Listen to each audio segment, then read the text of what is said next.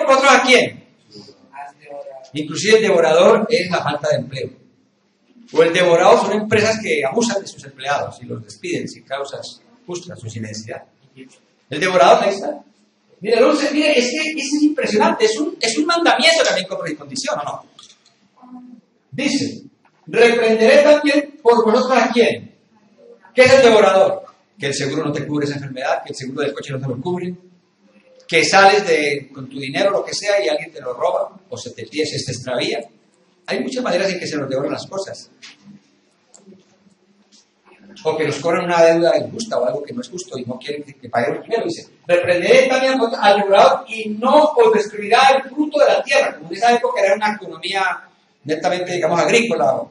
Entonces está hablando mucho de eso. Pero el fruto de la tierra es el fruto de la empresa, de la economía, de lo que sea. Dice, y no destruirá el fruto de la tierra, ni vuestra vida en el campo será que dice Jehová. Y siguen más promesas ahí. Pero hay una condición. Trae los diezmos al árbol y hay alimento en mi casa. Algunos no han vuelto a diezmar, yo entiendo que porque piensan que no les alcanza. Ahora, la Biblia dice que no deben diezmar con tristeza. Yo les sugiero que entonces dé una ofrenda, que no es lo correcto, y yo no debería decir esto. Pero en un sobre usted coloca y dice, cuando uno a Dios le dice las cosas, ¿por qué las hace? Dios lo entiende. Cuando usted le dice a Dios, Señor, no me alcanza la fe para dar el tiempo que venía dando porque ahora pues, recibo menos o ahora no sé qué. Como no es capaz de hacerlo y lo daría con dolor, entonces voy a dar una ofrenda. ¿Sí me explico? Pero no es lo correcto. Lo que pasa es que me parece que es peor no hacerlo. ¿Sí me explico? Porque lo que Dios sí aclara es que no debes dar nada con tristeza, porque la Biblia dice que Dios ama ¿a quién? Al dador. Alegre. Nosotros tenemos muchos gastos con la iglesia, sin embargo, yo tengo que dar el diezmo del diezmo de esta iglesia. Todo lo que ingresa a esta iglesia de sus diezmos se saca el diezmo del diezmo, porque si lo ordenan así. Y no puedo decir es que se me descuadra el alquiler. No puedo hacer eso.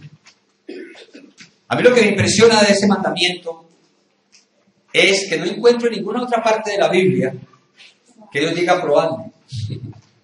¿No le parece como muy fuerte o no?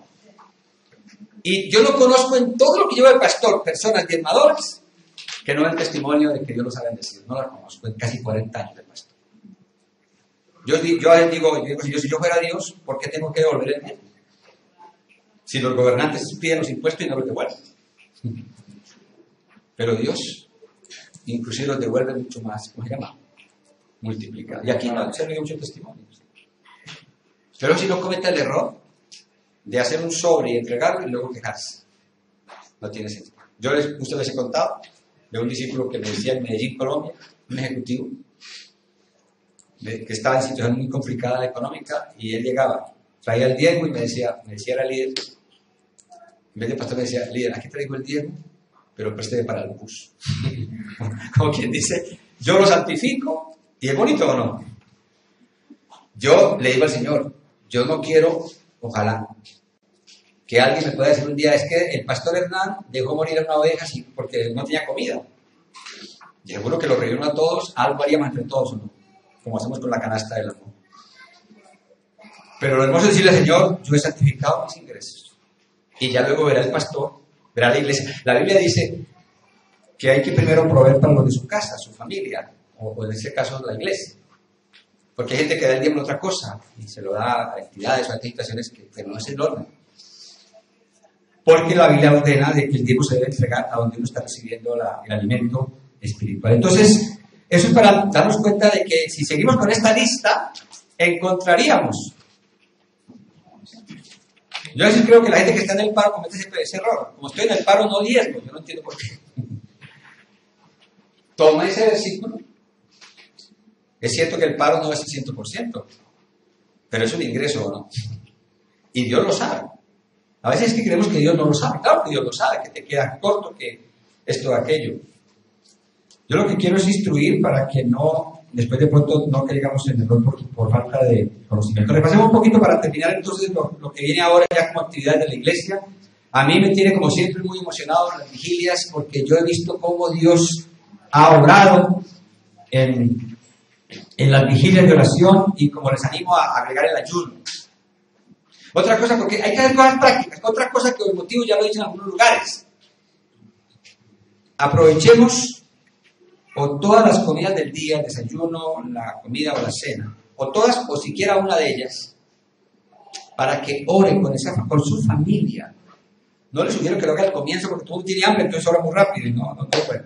Sino, cuando uno va a comer como creyente, ¿qué es lo que uno hace? Uno bendice los alimentos. Pero generalmente es una oración corta. Yo diría, hagámoslo al revés. Cuando termine la comida, que nadie se pare de la mesa. Procuremos comer todos igual, más o menos al mismo tiempo.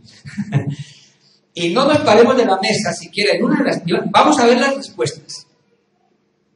No nos paremos de la mesa, sino que al final digamos, bueno, aprovechemos ya que... Porque es una manera de acordarse. Todos hacemos muchas preguntas. Vamos a orar.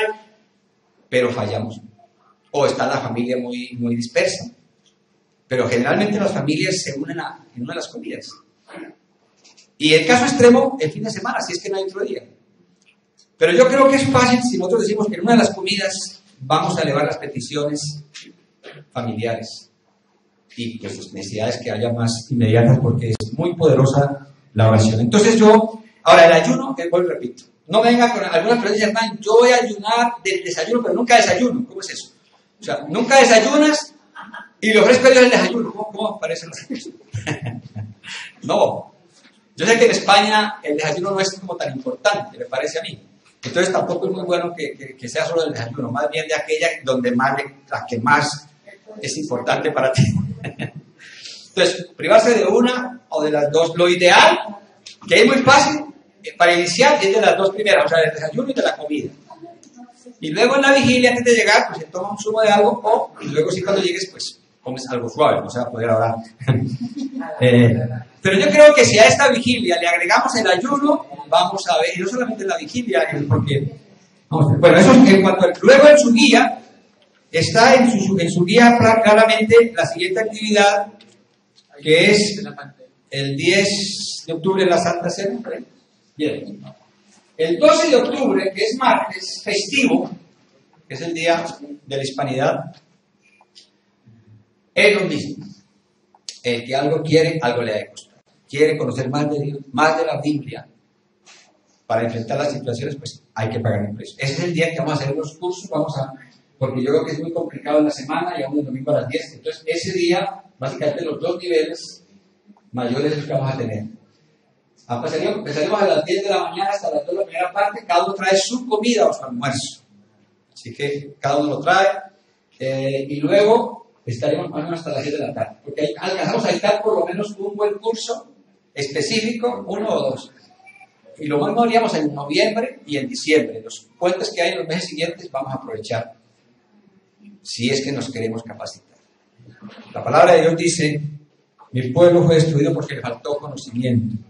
En Jeremías 9, 23 y 24, que me gusta tanto ese texto, es cuando dice, no se alabe el sabio en su sabiduría, ni el valiente o poderoso en su valentía o poder, ni el rico se alabe en ¿qué?